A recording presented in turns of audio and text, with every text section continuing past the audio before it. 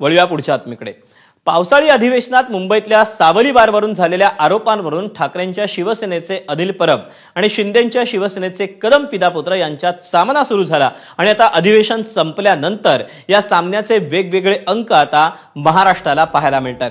अनिल परबांविरोधात हक्कभंग आणण्याचा इशारा योगेश कदमांनी सोमवारी पत्रकार परिषदेत दिला, तर अनिल परबांनी देखील ईट का जवाब पत्थर से म्हणत आज पत्रकार परिषद घेऊन डान्स बार संदर्भातले आणखी काही पुरावे सादर केले। दरम्यान बार शिवाय अनिल परबांना गाळ उपसा आणि वाळू चोरीवरून देखील आरोपांच्या फैरी झाडल्या, तर रामदास कदमांनी देखील अनिल परबांना प्रति आव्हान दिलं। उद्धव ठाकरेंनी माझं कुटुंब संपवण्याचा विडा उचलल्याचं रामदास कदम म्हणाले।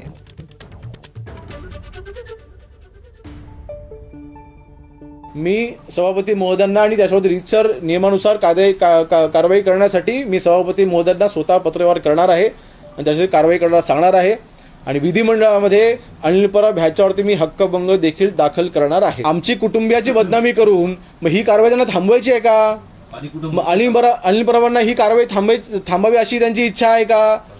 मी तर गृहराज्यमंत्री म्हणून कारवाई करायला लावली ना।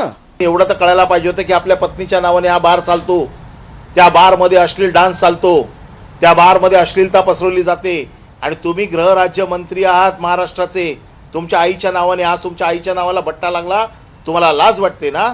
मग अशी कृत्य करता कशाला? त्यामुळे माझं मत असं आहे की मुख्यमंत्र्यांनी यांचा राजीनामा घ्यावा। आपण काय बोलतोय, कुणाचा राजीनामा मागतोय, काय आपल्या हातात आहे? सगळं नियम बघ ना। दादागिरी कसं माझ्या होतीस कोणाकडे? आमच्याकडे। आणि म्हणून असल्या दादागिरीला भीक घालीत नाही। नियम मला चांगली माहिती आहे। तुझ्यात हिंमत असेल तर राजीनामा घेऊन दाखव, माझं आव्हान तुला आहे। चल।